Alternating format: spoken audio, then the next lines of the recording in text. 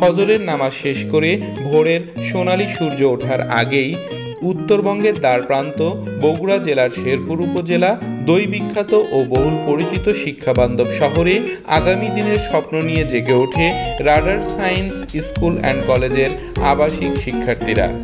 School কমান্ডারের নেতৃত্বে ও house লিডারদের সহযোগিতায় সকালবেলা শিক্ষার্থীরা তাদের ঘুম থেকে জেগে ওঠে এবং সোনালী সূর্য ওঠার সাথে সাথে শিক্ষার্থীদের সোনালী স্বপ্ন বোনার দিন শুরু হয়।